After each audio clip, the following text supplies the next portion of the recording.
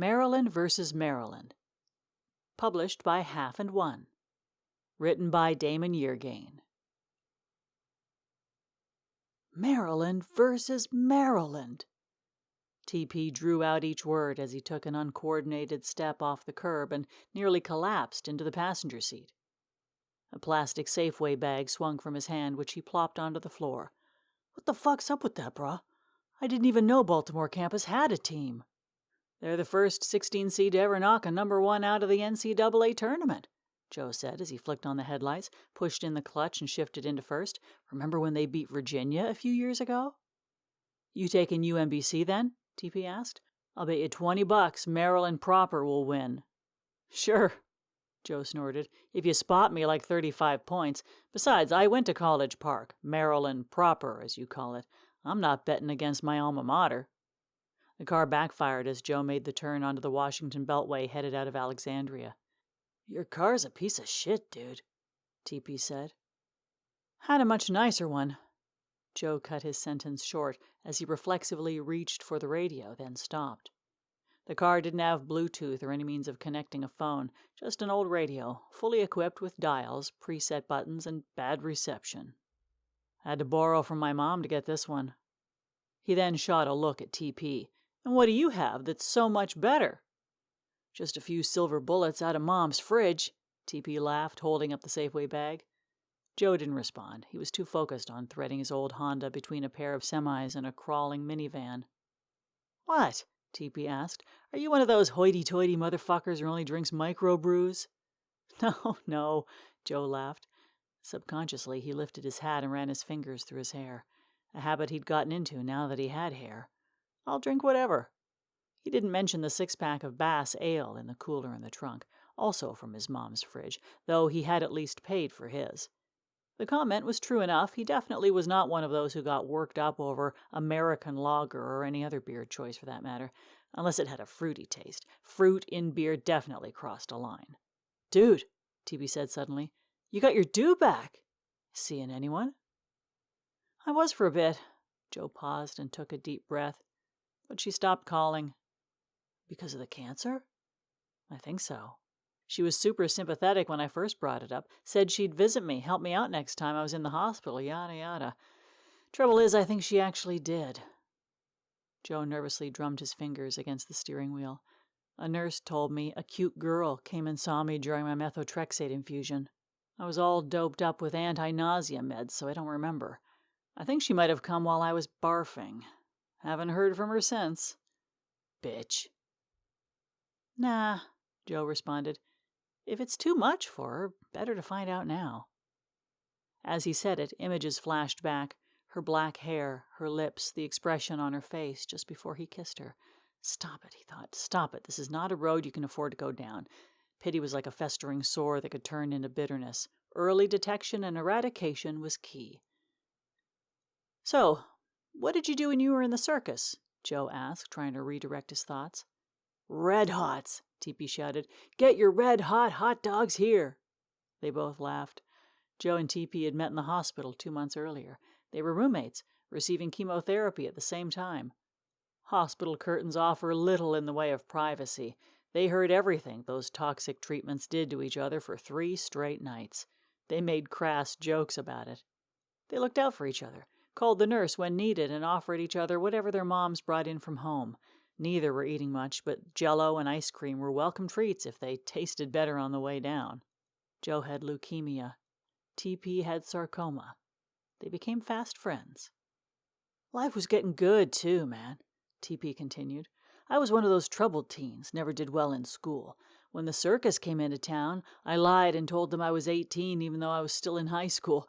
I sold dogs and helped break down the circus when it rolled on to the next town, which included shoveling a lot of shit. But it was fun. Working was good for me. And the women! I met a lot of women selling dogs. There's something about a handsome, self-confident man peddling wieners. Especially if he's named TP, Joe added sarcastically. Dude, TP said, laughing, you need to lighten up. Have a couple of beers and you'll see. They were his initials, but Joe had to wonder why he'd be okay with essentially being referred to as toilet paper. TP gave a convoluted answer, the core of which was, chicks dig it. Couple of beers and I might be drunk, Joe responded. We got a whole game to sober up, TP grinned, then added, a week off of chemo and I feel high. I have more energy. It sounds corny, but even the sun seems to shine brighter. I'm at the end of a 2-week vacation from chemotherapy myself, Joe answered. Unfortunately, most of that good feeling you're describing was wasted in the hospital. My white count was super low after the last chemo. Then I spiked 102 fever. No immune system, and I had nothing to fight the infection, and I had to be admitted for antibiotics and observation. They wouldn't let me out until my white count recovered. I was going stir-crazy, doing laps around the building, chatting with all the nurses. Did they at least give you a massage? TP interrupted. Massage? Joe blinked. Yeah, I got Sheila to give me a massage. No! Dude, all I had to do was ask, TP said. Joe shook his head, astonished. If I ever finish treatments and go full board on the business again, I'm hiring you as a sales guy. What do you mean? TP asked. I mean, you got a nurse to give you a massage, and not just any nurse, but Sheila. She's like the most attractive nurse on that wing. I think you could sell yellow snow to an Eskimo. Dude. He tried to mimic TP's inflection on dude, but TP missed the subtle condescension. So, is that what you were doing? Running a business before chemo, I mean? TP asked. Yeah, I was working on making software easier for people to use. Joe's voice was terse. It was another road he didn't want to go down. Unlike with the girl, this road still existed, but now like an overgrown stretch of cobblestone, fading into a forgotten time. It was such a great idea, though. A simple idea. From his experience, if it took more than 3 button clicks, users were lost. His business mission was to design software interfaces that let average users find what they need without getting lost in an endless myriad of menus. He landed a few clients, spent time learning their platforms, then built intuitive, easy-to-use designs. The clients were ecstatic. The business grew. And that was just the beginning. Streamlining user experience was an often overlooked challenge across industries. The vision for the next steps was mostly in his head, but the details were beginning to take form. Soon he would act on them. The possibilities were infinite. Or at least they were until... Stop! The word shot through his head like a shout. Stop going down this damn dead end. You suddenly seem kind of PO'd, TP said, snapping him back to the present. What? Joe said, then added, I'm sorry, my mind wandered. To what, man? You looked like you wanted to punch someone. Joe glanced down and realized how tightly he was squeezing the steering wheel. He loosened his grip, then let out a nervous laugh and said, Let's just say cancer sucks. Did cancer cost you the business? TP asked. Mostly, but not entirely, Joe sighed, realizing he was now sliding down the path he didn't want to go down. Like you, I had to move back in with my mom. I stopped working for about 6 months. A few of my clients were willing to wait, and once the treatments got a little less rigorous, I started working with them again. Nothing big, just the simpler jobs, the not-so-challenging ones. He paused as he spotted the sign for College Park. The dream is still alive, but barely. Joe weaved around cars to move towards the exit. Barely keeping the dream alive, he muttered absently. TP shot a look at him. Oh, crap, he hadn't meant to say that out loud. Sorry, Joe said. Cancer sucks for all of us. I, at least, am able to work. He eased the car into the exit lane, and the little I do helps me pitch in with my mom's bills. Although, I have to sneak it in. I buy groceries and lie and tell her I used her card. Your mom sounds nice, bruh, TP said. Mine cooks better food than I ever got at the circus.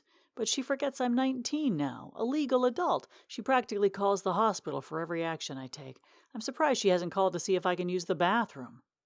Doctor, TP said in a mocked female voice, Doctor, can my little Thomas take a wee-wee? His cancer isn't going to spread to his pee-pee if he takes a wee-wee, will it? Joe laughed hysterically. He had similar issues with his own mother. When they pulled into the parking lot at Xfinity Center, home of the Maryland Terrapins proper, it was practically empty. The officious attendants were not about to let them park willy-nilly, though. They were waved toward a cluster of cars in the middle of the lot. Joe pulled the Honda 2 spaces down and across from a lively tailgate party. Oh, man, TP said, college girls. After we get some ambition from one of these beers, we gotta go talk to them. Sounds good, Joe said, feigning enthusiasm. He'd go along, if only to play wingman, but he wasn't feeling it. Probably the age gap, he figured. He'd just turned 26, but the past year and a half had aged him. He found it hard to relate to people in their 20s. Outside of other cancer patients, he mostly hung out with people who were older, people who'd experienced some difficulties. He related better to those who had battle scars. TP popped off the tops of 2 beers and handed one to Joe. Joe took a sip. "It's been a while since I had one of these," he said. TP didn't answer. Instead, the sound of gurgling and loud swallows filled the car. Joe turned, startled. "The hell are you doing?" TP's beer was nearly vertical. He just held out a finger as if to say, "Hold on." A few moments later, he slammed the empty beer bottle down and hollered, "Yahoo! Look out, ladies, here I come." He hit his belly as if to draw out a burp. "Oh, fuck," he muttered and jumped out of the car. Joe watched TP double over, then heard that familiar nauseated cough, followed by a splash. "Ew!" one of the girls shrieked. Definitely managed to make an impression, Joe thought.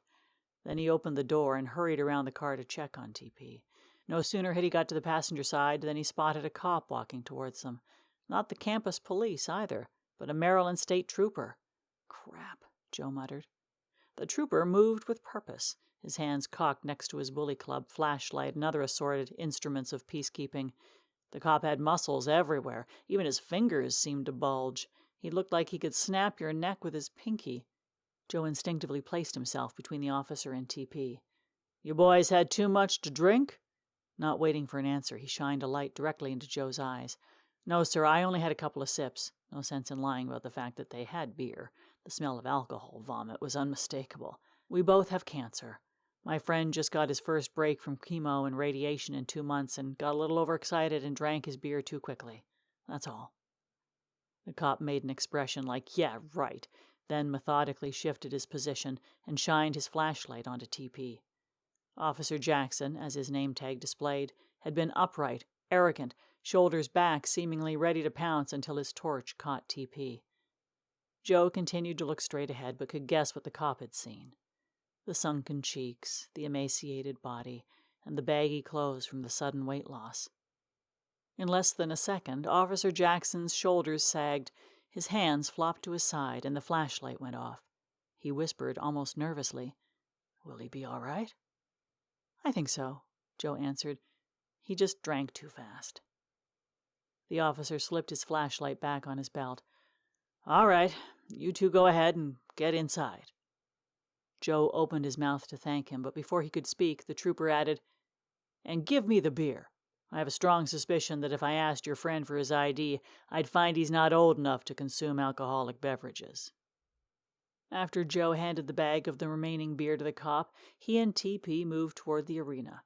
The wind sliced through their clothes, and Joe zipped his coat up a notch higher. TP didn't budge.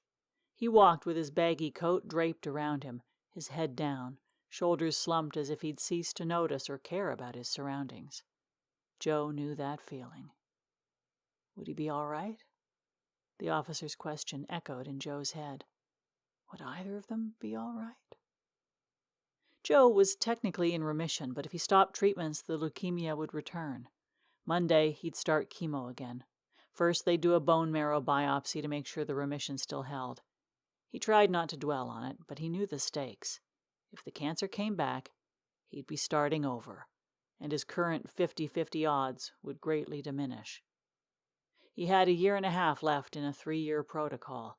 TP's entire treatment plan only lasted about a year, if everything went smoothly.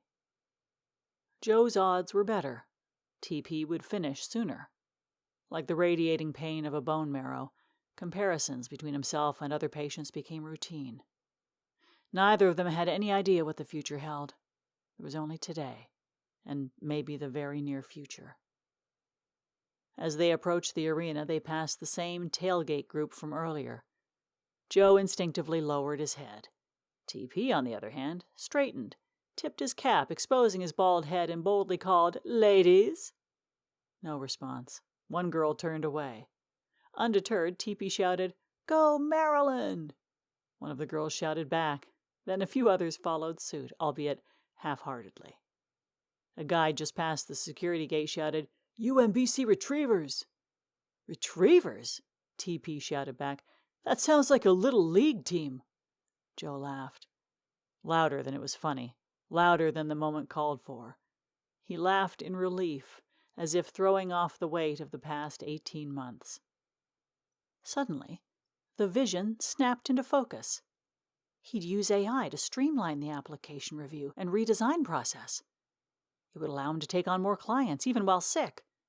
There were details to work out, plenty of failed attempts to plow through, but he had 3 full days before chemo began again. Would they be all right?